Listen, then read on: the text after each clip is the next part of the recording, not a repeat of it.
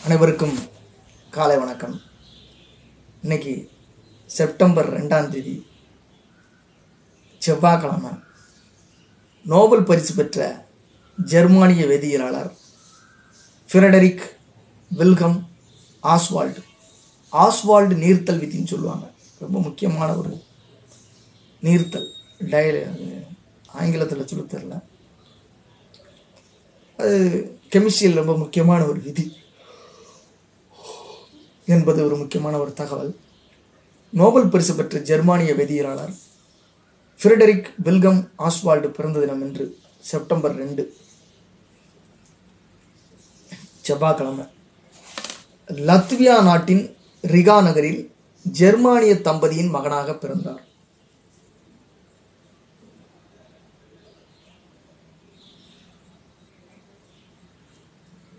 ஆயிரத்தி 1853 real gymnasium என்ற கல்வி நிறுவனத்தில் இயற்பியல், வேதியியல், கணிதம், வரலாறு கற்றார். கூடவே பிரெஞ்சு, ஆங்கிலம், லத்தீன், ரஷ்ய மொழிகளும் கற்றார். தந்தை பீப்பாய் பழுது பார்ப்பவர். பிள்ளை பொறியாளராக வர வேண்டும் என்பது அவரது ஆசை.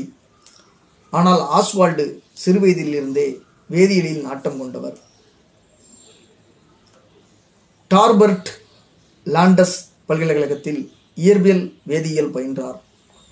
தன் பேராசிரியரிடம் இயற்பியல் சோதனை கூடத்தில் உதவியாளராக சேர்ந்தார்.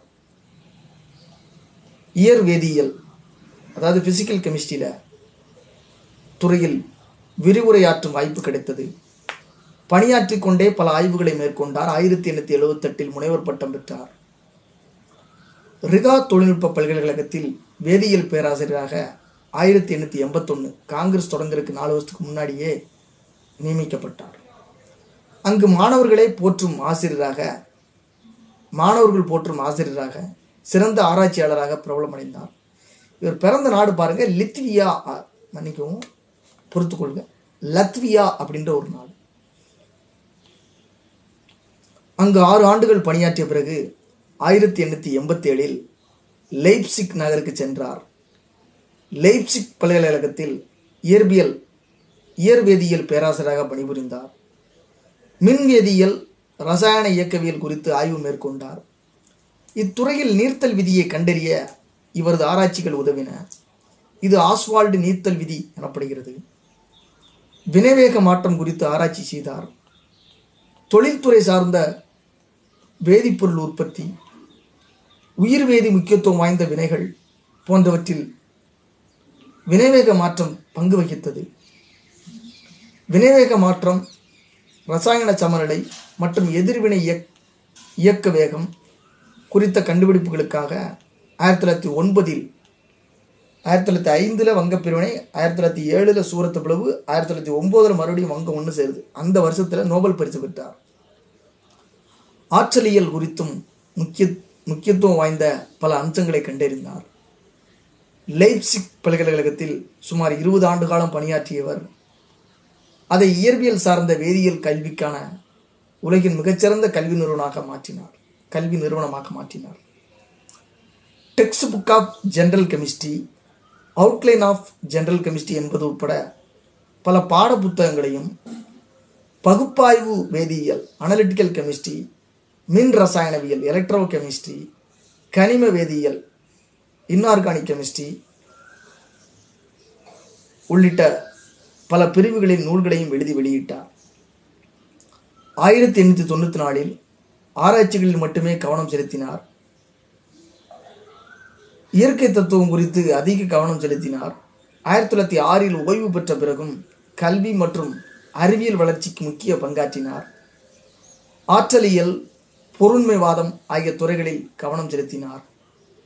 நிறங்கள் குறித்த புதிய கோட்பாடை நிறுவினார்.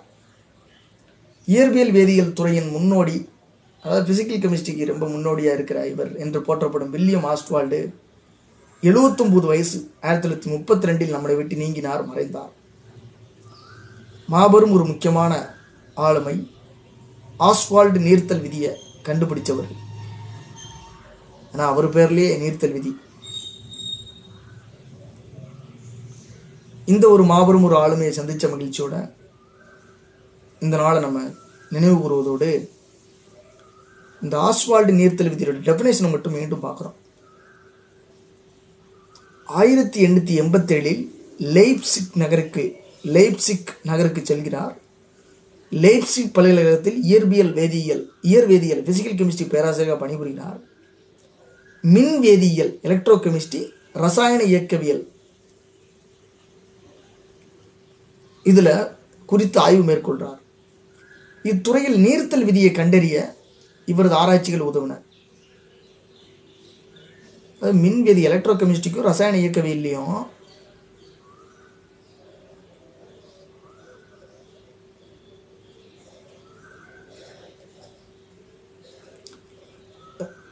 Chemical kinetics